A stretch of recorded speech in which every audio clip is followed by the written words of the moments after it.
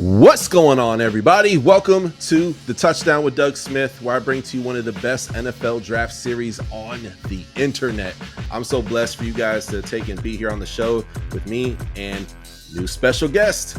This gentleman, I gotta say, he's one of my favorite safeties in this year's NFL draft. Statistically, he's balling. Had 4 interceptions last year. And what's awesome about him, he has a 6'3" frame. He's not afraid to run full speed and knock the living piss out of the ball carrier. But also as well, he has a speed of a DB who's 5'11", 5'10". He's 6'3". I'm curious if he played receiver, man, because he has hands and he works in the secondary as a DB safety. This guy comes from William and Mary, and what I always tell people around this time of year is that, okay, yes, there are the big dogs from the Cals, the UCLAs, the Alabamas, and so forth. But where the draft is really built is through these small schools and these gems and these guys who got a chip on their shoulder. So therefore, I want to introduce my special guest, 2025 NFL draft prospect, coming out of William and Mary. He's a safety, and ain't nobody safe when he on the field. Marcus Barnes. I appreciate you for having me, Doug. Nice to meet you. Nice to meet you too, man. Thank you so much for taking and coming on the show today, man. How's life been, man, since the season ended? It's good, man. I've been grinding, trying to put this weight on. I've been down in Florida. I was working out with Tom Barello, CTP, getting stronger, getting faster. So putting it in work. I'm just head down grinding right now. Man, that's so awesome, bro. Hey, man, Florida, I tell you, is gladiator school right now, man. There's a lot of NFL draft prospects out here, man, from X3 to all the different trainers, man. They're getting it in, man. Yeah, for sure. No, it was definitely some good work. It was some of the best work I ever had as an athlete. So it was definitely good. That's dope, man. So first time I heard of you, man, I was at the Tropical Bowl. For those who don't know, this year I had the pleasure of working the Hula Bowl and also the Tropical Bowl, doing live interviews. And I said, hey, this guy from William and Mary, and so I was like, oh, it's a big dude. And so I went to his stats, then took me to look at your highlight reel. And the highlight reel, I was just like, oh, wow. Because sometimes you have some players, they don't necessarily have the stats, but they have good highlights or vice versa. You got both, man.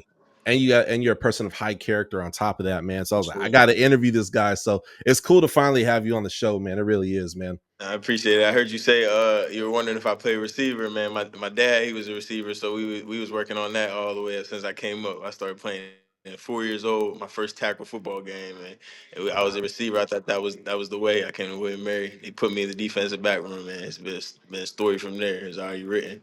Yeah, that's awesome, man. And you know what's cool about that, which you mentioned, is that you have that knowledge of what receivers do already, which makes you that much more of a deadly defensive back. Yes, sir. I use that to my advantage all the time. Like play recognition, route recognition, just seeing the splits and alignments. I use that to my advantage every game, every snap.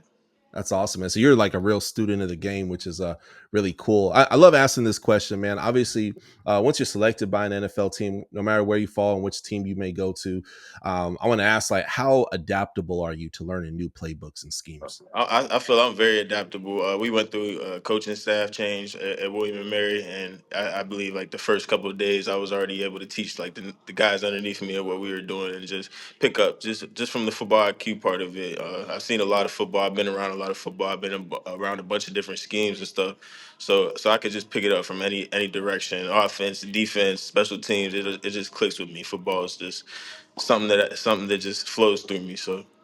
I love that, man. And for those who don't know, there is a Mr. Hopefully I'm saying his name right. Johnny Barnes. That was your father. Yeah, yep, Played in the NFL. My man has NFL in his DNA. for sure.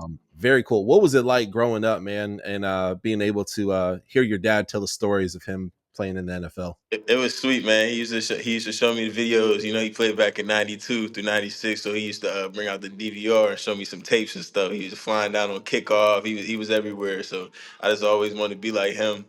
We always talk about it all the time. I'm like, yeah, Dad, you was cool, but I think I'm a little bit better than you, man. I'd have put a hole in your chest coming through that middle. So it was definitely cool. It's always been some friendly competition, but it's never been like, oh, my dad's an NFL player and I look at him like that. You know, it's just he's my dad, so he was showing me a lot of the ropes and just teaching me the game, and it just fell into my hands.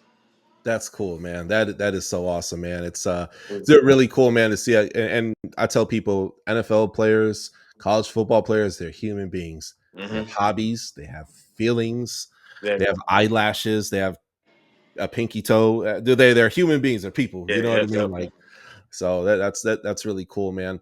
Man, when did you first start playing football, man? And when did you like fall in love with the game?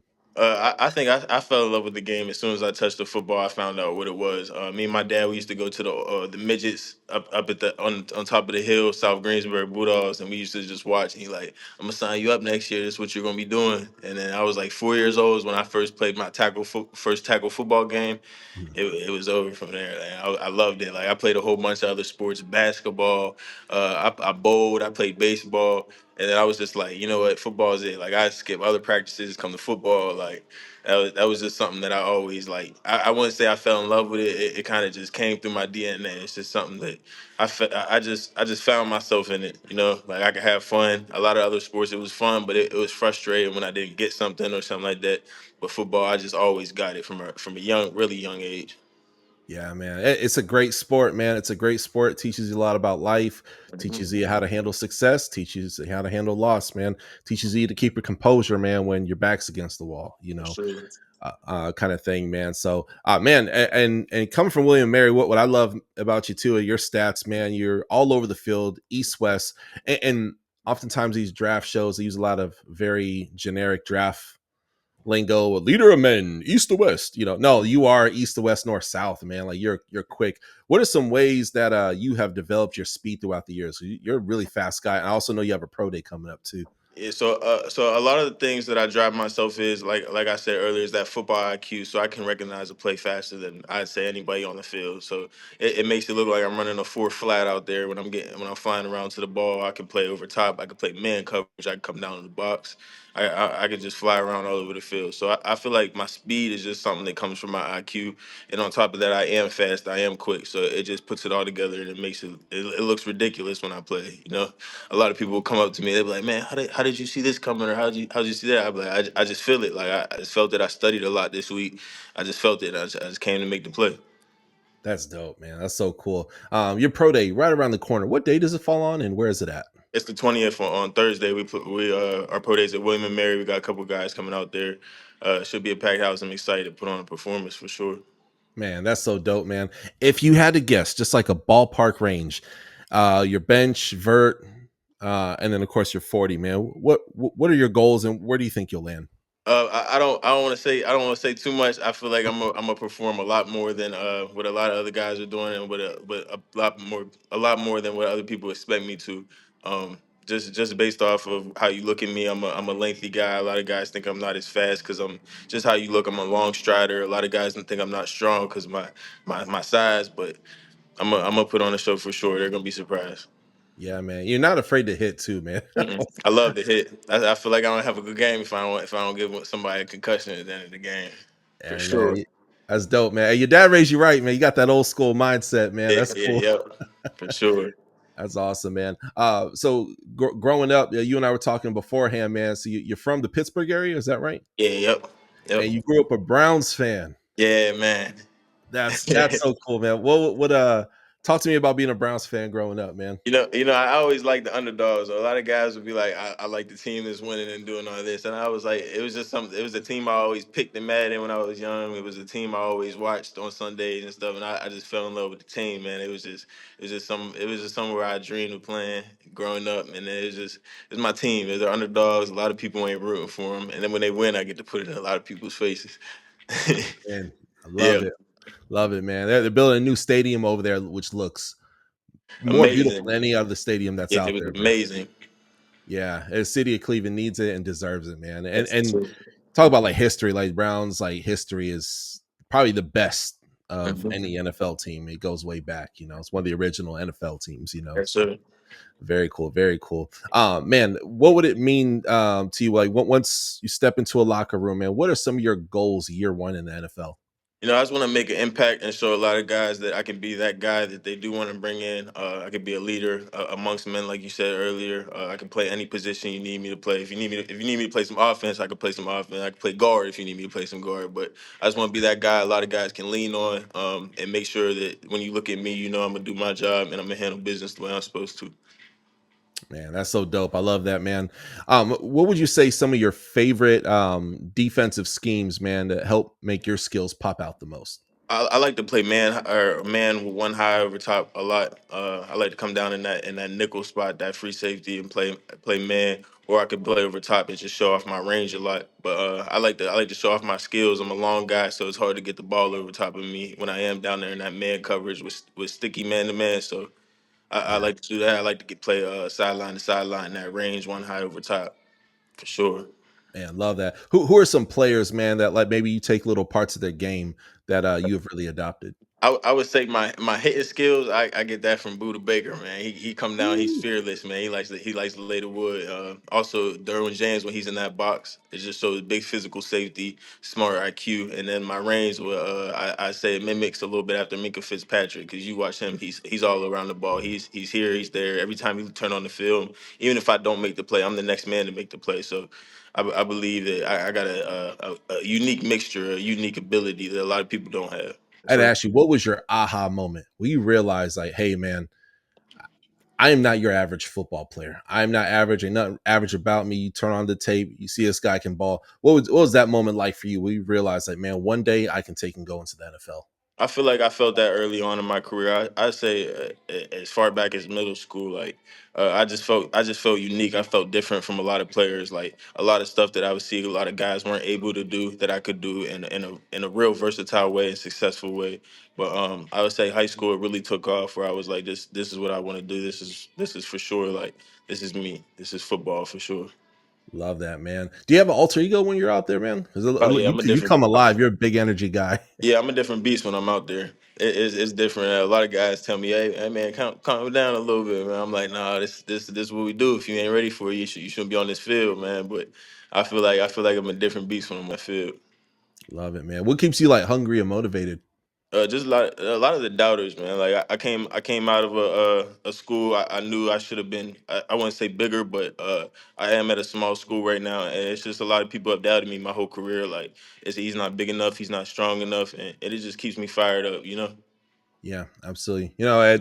I'll piggyback on what you said, man. There's people who come from big schools every year who are not and I mean no disrespect to them players, but they're not NFL players. Like their skill levels kind of peaks at college. Ain't nothing wrong with that, right? But then you have the guys like yourself, they come from the smaller schools. They may come from a 1A small division 1. They may come from a Wagner. They may come from a I interviewed a guy last year. Shout out to Rico Payton. He's on the Saints. That's my Yep, dog. yep, yep. Good friend of mine. This dude is awesome. Came from a Division 2 school. Go from a UDFA and then boom, you're starting all year for the Saints. Yeah, You know what I mean? I kind of never let that fire me up because at the end of the day, we all you always got to put on them pads and you got to prove it at the end of the day. Once you get to the next level, you're there. You can get cut the next day. So can you really play balls? What it always comes down to. Yeah, yeah, absolutely, man, absolutely. Some guys that go in there like, oh man, I went to Alabama, and they're Yeah, like, exactly. That's what keeps me fired up. Like yeah, you can keep thinking you went to Alabama and that's gonna keep you on the team if you want, but. I'm yeah, sitting here with the chip on my shoulder, and I'm really ready to work. I'm not just here living off my name and what I did in college, you know. yeah. Man, love that, bro. You got that dog spirit, man. Like, For sure. truly do, man. I love it, man. It's contagious. How do you feel that your leadership will mesh well in an NFL locker room? I can't. One of the questions somebody had asked me is if I was to go to a team with an older coach with a young staff or a younger team with an older coach and stuff like that. How would I adapt? And I would say I just carry myself as the same person every day. Like it's not an adaptable thing to anybody else. It's just how I carry myself, business like, and I love the game. So I feel like who loves football, anybody who's in that position can relate to that, and they'll love it. Love it, man. What does greatness mean to Marcus? I would say greatness is just being consistent every day and pushing yourself to be better and the ones around you and just adapting to the goal. If somebody else has a goal set out, then you put whatever you can put in there to get that goal done. And once you achieve that, it's not just something which you're satisfied for. You just keep striving, man. Just find the next level of what it is. Love that. Love that. And then last question of the day, man. What is something you want NFL scouts to know about you that perhaps they may not know already? I'm a dog, and I can play ball. Just because I went to a small school doesn't mean anything. I can adapt to any level of competition, and wherever you need me, I'm there at all Yeah. times for sure. I love that, man. Ladies and gentlemen, that is Marcus Barnes coming from William and Mary. I'm so excited to take and see him hit the gridiron, man. This guy can play football. Again, he talks about it, and his highlight reel backs it up. It's one, I talk to football players a lot, and once in a blue moon, you have somebody who will hype their stuff up more than what the tape actually says. But the proof is in the pudding, okay? He could be a mute and not be able to talk. His play does the talking for him. You know what I mean? So check out the tape, man. Hear what he guys to say, and you see all that takes and lines up. You have a guy with character, plus NFL runs in his DNA. I'd have to agree with you, man. I think you pops to this thing, but hey, now the new legacy is here, and that is Marcus Barnes. I appreciate you having me, Doug. Let me tell you my story a little bit. We don't get to talk too much at small schools, so I appreciate you for having me for sure. Man, anytime, bro, anytime. Ladies and gentlemen, comment below. Let us know how this interview made you feel, how much it inspired you. Comment below what team, what scheme you'd love to see him be a part of as well. Also, I'll have all of his social media stuff down below in the description of this video. You can follow him on Twitter, Instagram, and so forth. Follow him, follow the story, and man, it's gonna be so excited with the next few months have in store for Marcus. We'll catch you guys next time on the Touchdown with Doug Smith. Thank you for watching another episode of the Touchdown with Doug Smith, where we have exclusive NFL content and exclusive NFL interviews. Be sure to hit that like and that subscribe button. Follow us on social media. See you on the next one.